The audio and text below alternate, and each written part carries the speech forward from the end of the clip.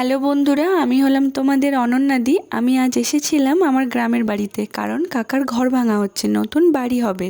এসে সকালে খেলাম পেটাই পরোটা, ঘুগনি আর আমাদের বাড়ির দেশি মুরগির ডিম সিদ্ধ আর মিষ্টি। দুপুরে মা এখানে রান্না করবে, তাই সব জোগাড় করছে, আর কাকিমা ভাত আর চিকেনটা করবে। আমি একটু চিকেনের পিছনে কাঠি মারছিলাম। চিকেনের কালারটা দারুণ এসেছে। অনেকদিন পর আমি আজকে খাসির মাংস খাবো, কি মজা।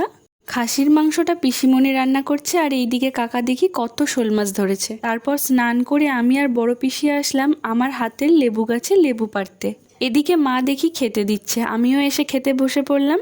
আজ দুপুরে মেনুতে ছিল ভাত, ডাল, পটল ভাজা, শাক ভাজা, চিংড়ির ঝাল, লাল লাল চিকেন কষা। একটু লেবু দিয়ে চিকেনটা দারুণ লাগছিল। তারপর খেলাম মটন কষা, আর মটন একদম সফট নরম হয়েছিল। আরও এক পিস নিয়েছিলাম আমি। লাস্টে বাটিতে করে চাটনি খেলাম, টক দই খেলাম। তারপর মা কাকিমারা সবার লাস্টে খাচ্ছিল। এবার সন্ধ্যায় চলে আসবো, তাই সেজে গুজে বেরিয়ে পড়লাম। ভিডিওটা ভালো লাগলে চ্যানেলটাকে সাবস্ক্রাইব করবে। বাই।